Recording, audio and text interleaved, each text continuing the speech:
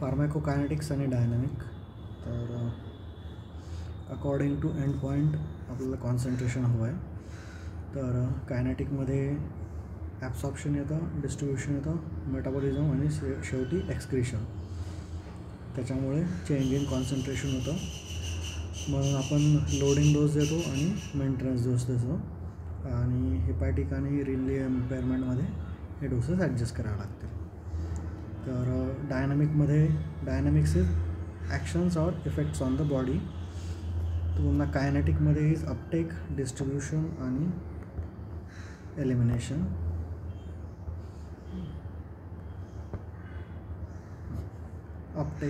अपटेकमध्ये depend on route. जसं की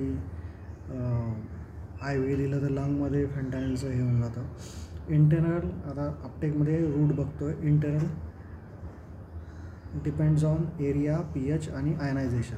acids are facilitated by low pH, कारण की ॲसिड विथ ॲसिडिक एन्व्हायरमेंटमध्ये ते आयनाइज नाही होणार. Weak basis at high pH मॉर्फिनच असेल. तर आणि जे थ्रूआउट आयनाइज आहे ग्लायको ते ॲब्सॉर्बच होत नाही. नंतर जी मेटाबॉलिझम आहे फर्स्ट पास इन लिव्हर आणि फर्स्ट पास इन कट म्युकोजा, त्याच्यामुळे स्टील ते पोहोचत नाही.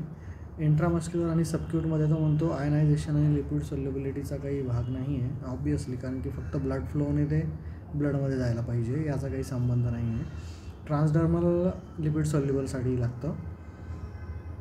इनहेल्डचं अलॉंग पार्शल प्रेशर होतं, म्हणून पार्शल प्रेशर वाढवण्याकरता त्याचं FI वाढवा, RRO आणि टायडल व्हॉल्यूम वाढवा, म्हणजे मिनिट व्हेंटिलेशन वाढवा. आणि ज्यांचं लो सॉल्युबिलिटी आहेत ते पटकन इफेक्ट देतात, कारण की कमी नंबर ऑफ मॉलिक्यूल तुम्हाला डिझॉल्व करावे लागतील ब्लडमध्ये. आणि लो कार्डियक आउटपुटमध्ये सर्क्युलेटरी व्हॉल्यूम कमी असतो, त्याच्यामुळे फक्त वेसल रिचलाच ब्लड फ्लो जातो, म्हणून लो कार्डियक आउटपुटमध्ये लवकर इफेक्ट येतो. तर दिस इज समथिंग काउंटर इंटेटिव्ह पण अंडरस्टँडेबल आहे. तर इनहेल्डचं काय आहे, इनहेल्डचं खूप छान आहे प्रिडिक्टेबिलिटी, कारण की त्याचं जे आपलं फिजिक्स आहे फक्त पार्शल प्रेशरवर डिपेंड आहे. ब्लडमध्ये जेवढं आहे तेवढंच अल्व्हेओलसमध्ये आहे, तर त्याच्यामुळे काहीच इश्यू नाही आहे. आणि अल्व्हेओलसचं डायरेक्टली मेजर होतं आणि बाकीच्यांचं जे आहेत ब्लडवाले जे आहेत त्यांचं मग खूप सारे इश्यूज होऊन जातात. रिझर्वायर आहे का, डिस्ट्रीब्युशन आहे का, एलिमिनेशन किती आहे, आणि ते पण मोजता येत नाही. इथे ब्लड आणि इनहेल्डचं इक्वल आहे आणि ते पण मोजता येतं.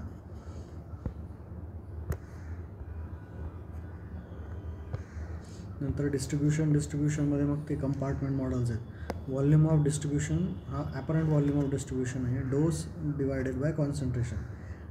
तर प्लाझ्मामध्ये डोस दिल्यानंतर किती कॉन्सन्ट्रेशन असेल तेवढं व्हॉल्यूम, तर तो टोटली इंट्राव्हॅस्क्युलर आहे.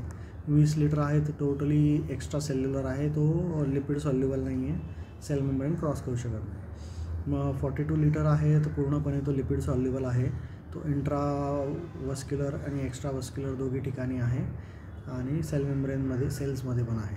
तर BP आणि फेंट हायली लिपिड सॉल्युबल आहेत. नंतर ज्यांचं टोटल बॉडी वॉटरपेक्षा जास्त आहे ते टिश्यूमध्ये कॉन्सन्ट्रेटेड आहेत, जसं की फॅटमध्ये ॲनेस्थेटिक एजंट्स आहेत किंवा प्रोपोफॉल आहे. नंतर volume of distribution at steady state तुमचं इनपुट आणि आउटपुट इक्वल राहील, एलिमिनेशन इक्वल राहील, त्याच्यामुळे स्टेडी स्टेट येईल. तर drug in the body divided by steady state not the dose, मग त्याच्यावरून तुम्हाला व्हॉल्यूम स्टेडी स्टेट व्हॉल्यूम कळेल. तर कंपार्टमेंट मॉडेल का अस्तित्वात आले, कारण की ड्रग जे आहे ते युनिफॉर्मली डिस्ट्रीब्यूट नाही होत. जे वेसल रिच आहेत हार्ट आणि ब्रेन तिथे जास्त असतं. मग नंतर इंटरमिजिएट आहे मसल्स, मग त्याच्यानंतर वेसल पुअर आहेत बोन्स आणि कार्टिलेज, त्याच्यामध्ये लास्टली जातं. तर हे जे कंपार्टमेंट्स आहेत हे depending on their size and affinity act as reservoir. तर हे मॅथमॅटिकल कंपार्टमेंट आहेत, ॲक्च्युअल नाही आहेत. जर लिपिड सॉल्युबल आहे तो वाईडली डिस्ट्रीब्युटेड आहे, सेव्हरल कंपार्टमेंटमध्ये असतो. आयनाइज्ड आहे तर फक्त एक्स्ट्रा सेल्युलरमध्ये असतो, 1 कंपार्टमेंटमध्ये आहे तो. Movement is across concentration gradient, आणि ही जी आहे ही एक्सपोनेन्शियल असते, त्याच्यामुळे सर्वत्र जी आहे स्केल ती एक्सपोनेन्शियल आहे. जो कॉन्सन्ट्रेशन ग्रॅडियंटने जो चेंज होतो तो एक्सपोनेन्शियल होतो, म्हणजे पटीमध्ये होतो डायरेक्ट. तर 1 compartment is easy, direct 1 volume आहे, 1 क्लिअरन्स आहे, 1 व्हॉल्यूम 1 क्लिअरन्स. तर हे मोस्टली ॲप्लिकेबल नाही आहे, ॲटलिस्ट 2 कंपार्टमेंट तरी लोक फॉलो करतात. तर त्याच्यामुळे बायफेजिक डिक्लाइन दिसतो, म्हणजे इनिशियली फास्ट आहे. This fast reduction is due to uptake by vessel rich. मग नंतर स्लो स्टेडी स्टेट आहे, स्लो स्टेडी नाही म्हणता येणार, स्लो डिक्लाइन आहे, कारण की टर्मिनेशन होतं किंवा स्लो डिपॉझिशन होतं, एलिमिनेशन किंवा मग सेकंड कंपार्टमेंटमध्ये जातो तेव्हा मग तो स्लो डिक्लाइन येतो. तर डायग्राम काढण्यासारखी आहे 1 आणि 2. K 1 to 2 इज 1 to 2 आणि K 2 to 1 हे दोन आमचं हे टू अँड फ्रोसाठी वेगवेगळा कॉन्स्टंट आहे. आणि K 1 to 0 सेंट्रलमधनंच एलिमिनेट होणार आहे, पेरिफेरलमधनं पण होऊ शकतं मेटाबॉलिझमने, पण this is a simple way. Central compartment जो आहे तो एक्स्ट्रा सेल्युलर आहे, हायली वेल परफ्युज्ड आहे. लार्जर पेरिफेरल कंपार्टमेंट जो आहे तो लेस परफ्युज्ड आहे, स्केलेटल मसल्स असतील. नंतर 3 कंपार्टमेंट आहे 1 to 3, तर मग त्याचे 1 to 2, 2 to 1, 1 to 3, 3 to 1 आणि मग हा 1 to 0 असे कॉन्स्टंट्स आहेत. स्मॉल सेंट्रल राहील, इनिशियल फॉल त्याच्यामुळे राहील, नंतर जो रिचली परफ्युज्ड आहे हार्ट आणि वेनला. मग नंतर पेरिफेरलमध्ये एक स्मॉल वेल परफ्युज्ड राहील ज्याच्यामध्ये इनिशियल फॉल राहील हा. मग त्याच्यानंतर लेस परफ्युजला जाईल, स्लो डिक्लाइन, बीटा फेज येईल. ठीक आहे. त्याच्यानंतर मग गॅमा. आता यांचं एक्झॅक्ट रिलेशन नाही डोकं लावत बसलो मी. तर जी सेकंड स्टेज आहे फॉल्स थ्रू स्लोली, कारण की मसल ड्रग घेते. आणि मग शेवटचा हा स्टेडी स्टेट आहे, कारण की स्टेडी रेट ऑफ इलिमिनेशन आहे त्याच्यातलं. प्रोपोफॉल सांगतो, प्रोपोफॉल 3 कंपार्टमेंट मॉडेलवाला आहे असं म्हणतो. नंतर मग एक्सपोनेन्शियल एलिमिनेशन पण मोस्टली कॉन्सन्ट्रेशन ग्रेडियंटनुसार होतं, एक्सपोनेन्शियलीच होतं, तेवढ्या प्रपोर्शनमध्ये ते कट होतं. तर T½ is terminal half life किंवा प्लाझ्मा हाफ लाईफ. कॉन्सन्ट्रेशन 50% कमी होतो, स्टार्टिंग कितीही राहो. म्हणून हे फर्स्ट ऑर्डर कायनेटिक्स आहेत, प्रपोर्शनमध्ये उडतात. एक्सपोनेन्शियल डिक्लाइन होतं, पहिला टप्पा, दुसरा टप्पा त्याच्या 50%, पुन्हा तिसरा टप्पा त्याच्या 50% असं करत. Therapeutic effect 5 terminal half lives नंतर येतो.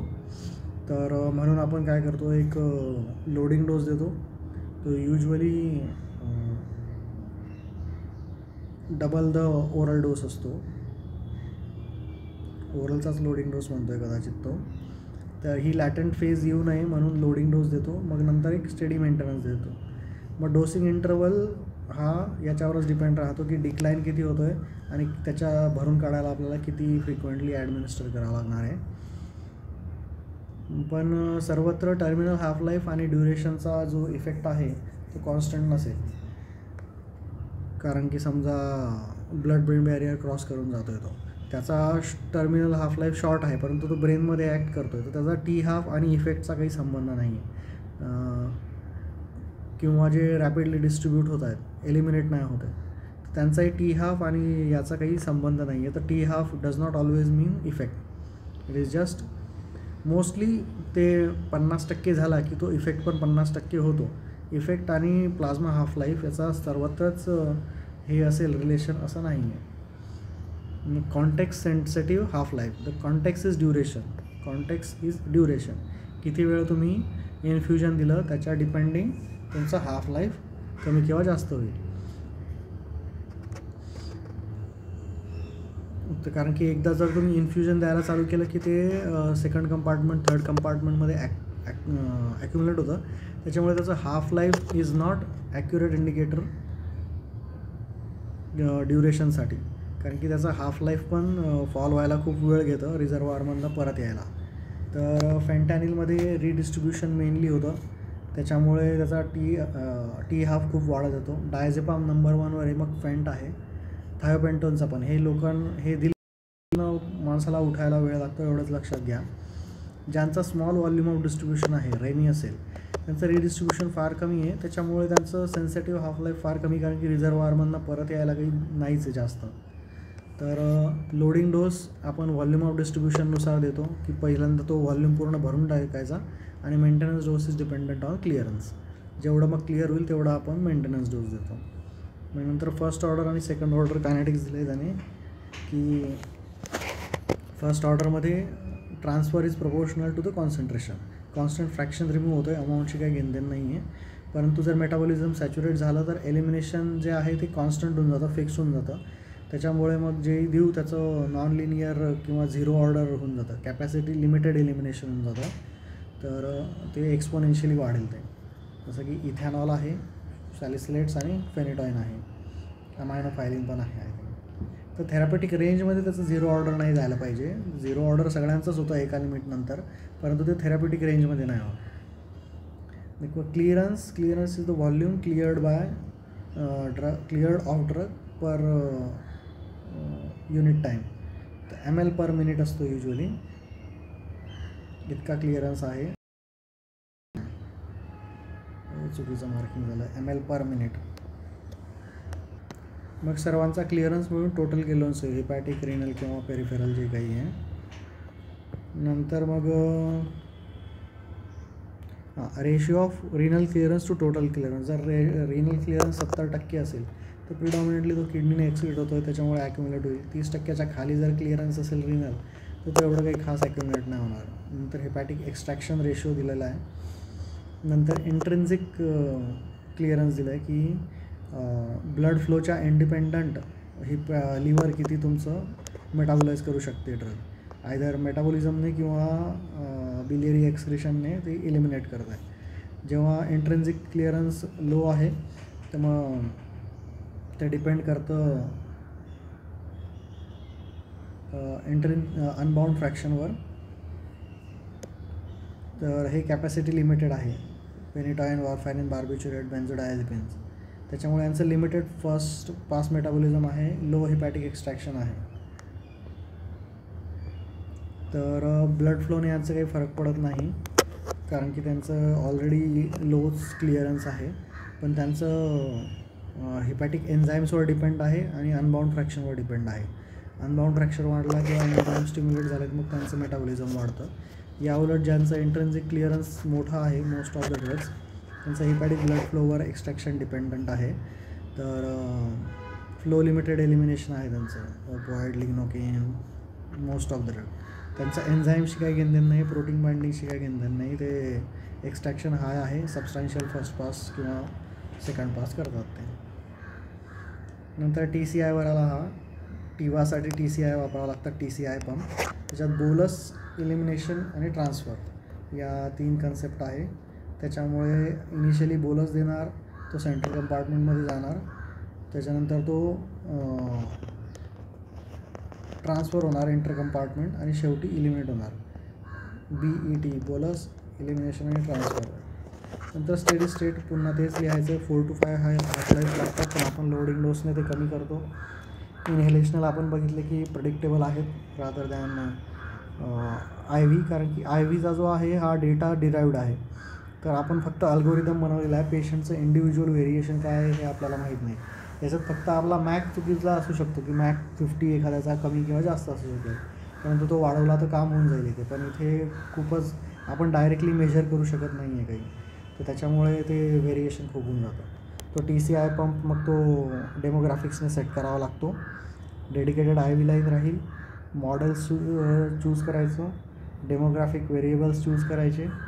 नंतर मग जर कॉन्कमिटंट ड्रग्ज आहेत तर मग ते कमी करावं लागेल तुमचं टार्गेट. मग तो रिलॅक्संट आला की स्पेशल प्रॉब्लेम होतो, कारण की रिलॅक्संट नसेल तर पेशंट आयदर सर्जिकल स्टिम्युलसला रिस्पॉन्ड करेल किंवा मग त्याला जॉ थ्रस्टला तो रिस्पॉन्स कसा आहे त्याच्यावरनं तुम्हाला कळून येईल की पेशंट टाईट आहे किंवा लूज आहे. फक्त इनहेलेशनलने पण तो लूज होईल, परंतु जर मसल रिलॅक्सन दिला मग तो कन्फर्म होऊन जाईल. तर त्याच्यामुळे तुम्हाला मग मसल रिलॅक्सन नसेल तर जॉ थ्रस्टने बघू शकता किंवा सर्जिकल स्टिम्युलसने. मसल रिलॅक्सन दिलं मग तुमच्याकडे फक्त EEG हाच एक ऑप्शन मिळतो. आणि जसं फायनल सुचर घेतील तसं बंद करायचं. 15 मिनटात युजली तो वेकअप होतो. मग कॉशन दिलेत की काय काय आहे की सेपरेट IV लाईन पाहिजे, ती विजिबल पाहिजे, low pressure high pressure alarm पाहिजे, अँटी रिफ्लक्स वॉल IV फ्लुइडला पाहिजे आणि पंपला अँटी सायफन वॉल पाहिजे. अँटी सायफन म्हणजे तो मागे खेचून घेईल आणि अँटी रिफ्लक्स तुम्ही दिलेलं त्या IV IV फ्लुइडला नाही जायला पाहिजे. म्हणून बेटर आहे की तुमचं एक सिंगल डेडिकेटेड लाईन आहे, त्याच्यातनं काहीच जात नाही आहे. मग फक्त तुम्हाला अँटी सायफन वॉल असला सिरिंजसाठी तरी खूप आहे. दुसरी सिरिंज रेडी पाहिजे, तर स्टेडी स्टेट कॉन्सन्ट्रेशन हालायला नको. नंतर ऑडिटमध्ये त्यांना असं दिसून आलं की जेही काही प्रॉब्लेम आहेत ते एज्युकेशन आणि ट्रेनिंगमुळे आहेत. तर एज्युकेशन आणि ट्रेनिंग व्यवस्थित पाहिजे. आणि आपल्याला एंड पॉईंट इथे मॅक दिसत नाही, त्याच्यामुळे प्रोसेस्ड EEG इज ॲडवायजेबल.